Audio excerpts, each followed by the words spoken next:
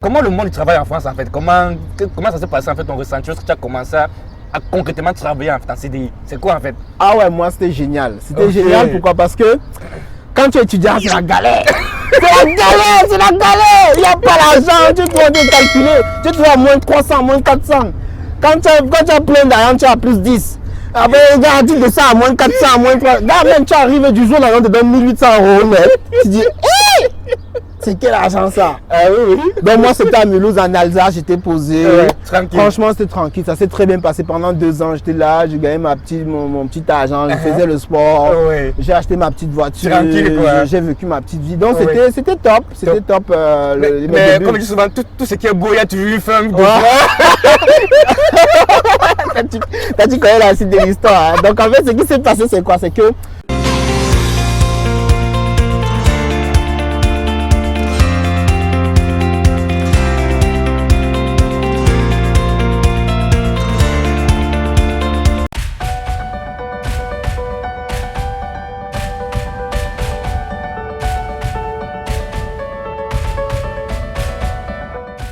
merci d'être venu aujourd'hui. Dans la partie précédente, on parlait de ton parcours académique. Aujourd'hui, on va se concentrer sur ton parcours salarial. Qu'est-ce que du coup tu as fait après ton diplôme en 2011? Tu étais diplômé, donc comment est-ce que ça passait la transition en fait d'étudiant à salarié qui est de fois très compliqué en fait? Comment est-ce que tu as géré ce moment-là en fait en 2011?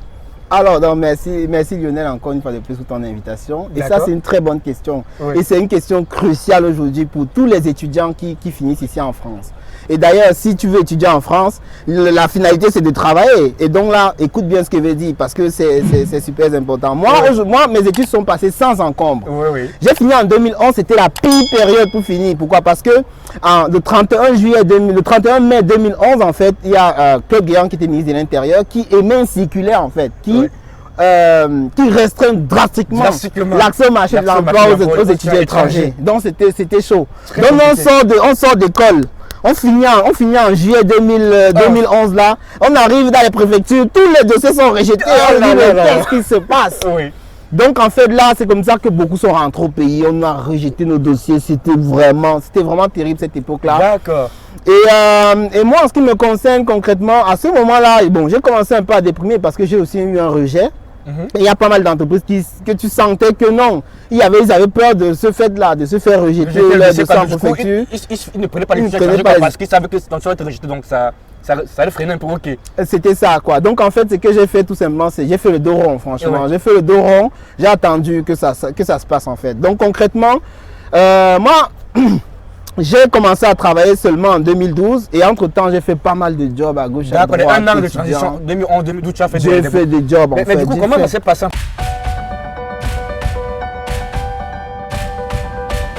Ton titre de séjour explique peut-être que dans les 3-4 mois, comment tu as fait en fait? Tu as demandé, on appelle ça quoi? APS? Comment tu as fait en fait? Non, en fait, ce qu'il faut savoir, c'est que j'avais quand même anticipé parce que je me suis dit si jamais je n'ai pas de boulot, ça se passe comment? Et donc à ce moment-là j'ai pris un master quand même qui faisait que je restais étudiant. D'accord. C'était vraiment un master en carton dans la mesure où je suis pas vraiment allé. Bien, c'était juste pour avoir ton titre de séjour pour te permettre de te laisser le temps en fait de trouver un boulot sur ta thèse. Ok, très bien. Donc voilà, c'est ça en fait. Et donc en fait moi j'ai fini mon stage de fin d'études en juillet 2011 et on me prolonge jusqu'en octobre en fait, jusqu'en octobre dans l'entreprise où j'étais. Et j'avais un projet en CDI qui devait commencer juste là, mais qui a capoté en raison de la circulaire Et entre temps, je suis reparti à la fac où je m'étais inscrit, je me suis assis là-bas en master, j'ai attendu. Et en décembre, j'ai mon ancien directeur d'une station de ski qui m'a appelé, avec qui j'ai fait des jobs là-bas quand j'étais des jobs étudiants. Il me dit, tiens Walter, vu que tu cherches le travail, pendant que tu cherches, est-ce que tu peux venir travailler ici? Si tu trouves un taf, tu arrêtes et tu pars. Bien sûr, voilà. Donc c'était une très belle offre que j'ai saisie. En attendant, tu es parti, tu as travaillé. Voilà, j'ai travaillé. Et le moment fatigant qui est arrivé en 2012, que tu trouves le boulot.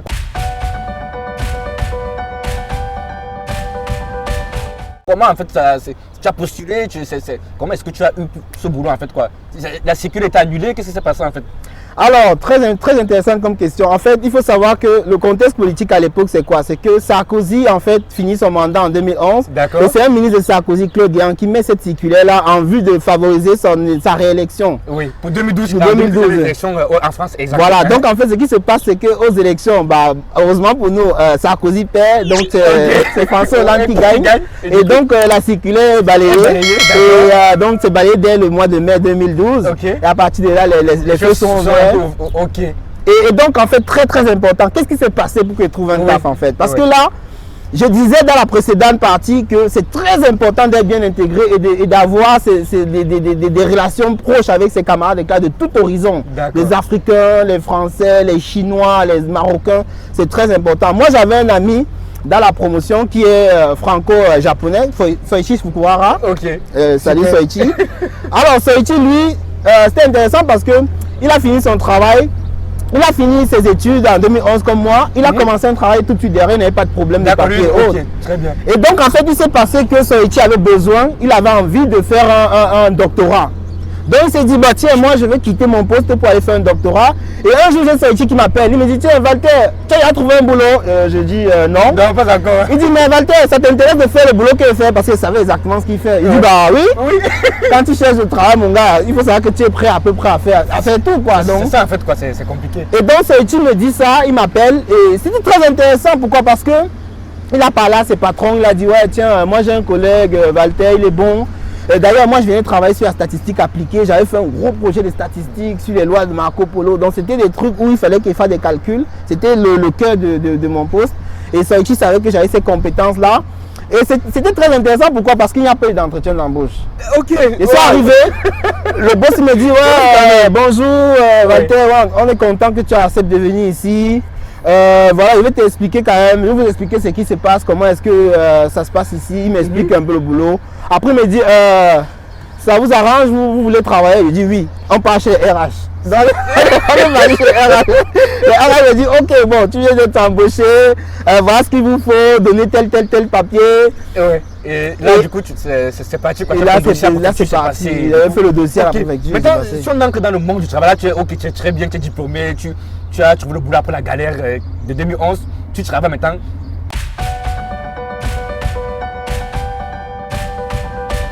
Comment le monde du travail en France, en fait, comment ça s'est passé, en fait, ton ressenti? Est-ce que tu as commencé à concrètement travailler en CDI? C'est quoi, en fait? Ah ouais, moi, c'était génial. C'était génial, pourquoi? Parce que quand tu es étudiant, c'est la galère.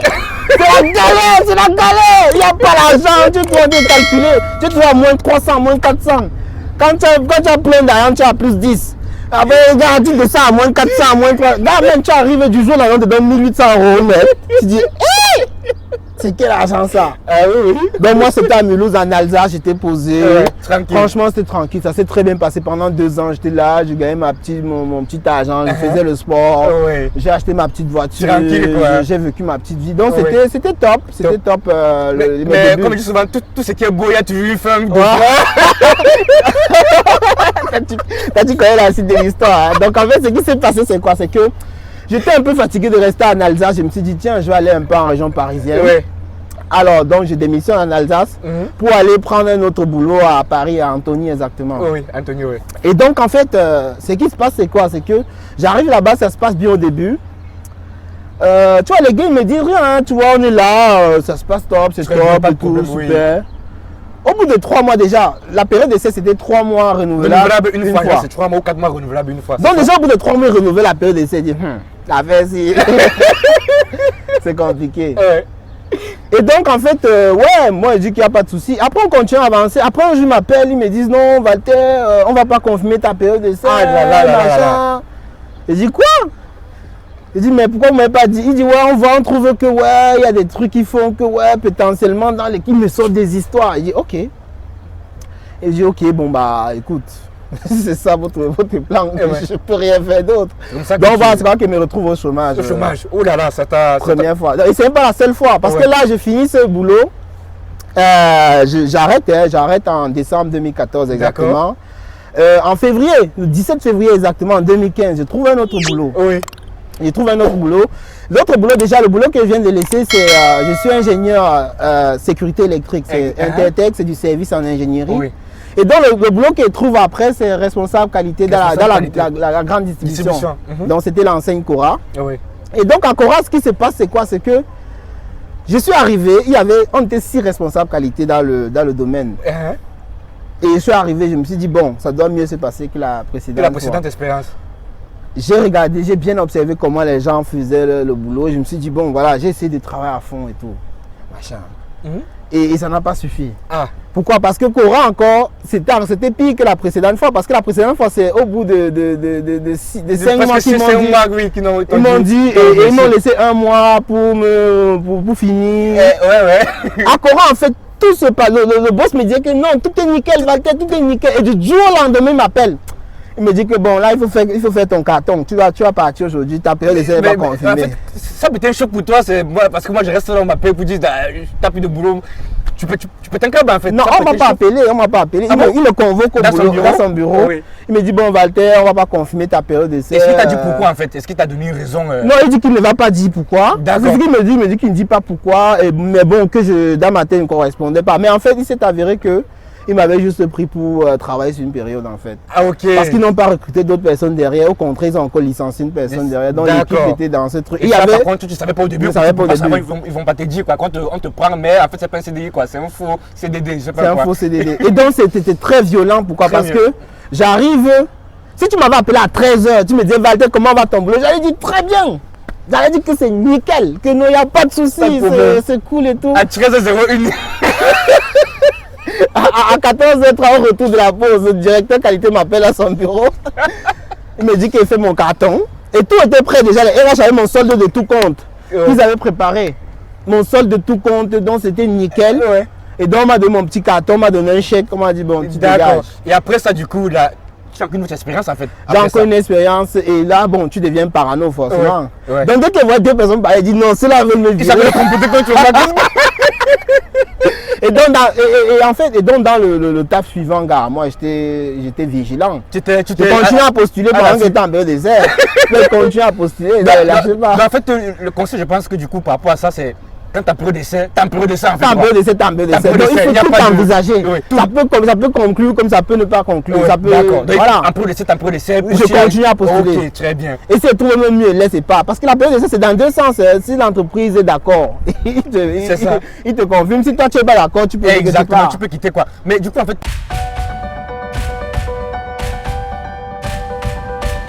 Ces expériences, ces échecs que tu as eu là, en fait, qui t'ont appris des choses. Quelle est la leçon fondamentale que tu as appris sur le boulot en France en fait? Qu'est-ce que tu peux dire par rapport à ça en fait, par rapport aux collègues? Comment ça se passe en fait, par rapport aux ce qui t'est arrivé en fait? Alors, ce qu'il faut savoir, c'est quoi? La société en France est beaucoup plus hypocrite que la nôtre. Beaucoup plus en fait. Ce qui est très très bizarre, c'est que même ton big boss, s'il pense un truc, il ne va pas te dire. C'est ton chef, hein? Au Cameroun, on se plaint que le chef parle mal. Au moins, il te dit la vérité. Si ton boss ne te dit même pas le truc, il te dépose le jour J. Donc, tu ne savais même pas que quelqu'un pouvait te déposer. Donc, ce qu'il faut savoir, c'est quoi? C'est qu'il faut être très vigilant. Il faut être très très vigilant. Tu analyses la situation, tu vois comment les choses se passent. Et tu essaies de te fixer toi-même tes propres indicateurs. N'écoute pas ce qu'on te dit. Et voilà, comme il dit, il faut être vigilant. Tu postules, tu continues à postuler. Et tu es dans le monde du travail. N'entre pas dans les petits trucs. C'est que le blanc, en fait, souvent, tu vas avoir la machine à café, ils vont parler. Ils vont parler des autres. Mais quand tu es pas là, c'est de toi qu'on parle. Exactement. C'est de toi qu'on parle. Donc, il faut être conscient de tout ça. C'est qu'on n'est pas, leur culture n'est pas comme la nôtre. On est beaucoup moins franc. Même si au Cameroun, en Afrique, il y a aussi un peu d'hypocrisie, mais beaucoup moins que même qu'ici. C'est ça. Ok, en tout cas, super, Walter, pour tout ce parcours professionnel que tu as vécu, salarial qui est assez mouvementé. Du coup, après cela, tu as découvert une autre voie. On en parlera dans la prochaine vidéo quoi, en fait, quoi, où tu vas nous parler un peu de ton autre parcours. Quoi, parce que toi, tu as eu, je dirais, de multiples vies en fait, en une seule. C'est incroyable en fait ce mec. C'est incroyable. Ok, restez scotché pour la suite de cette interview.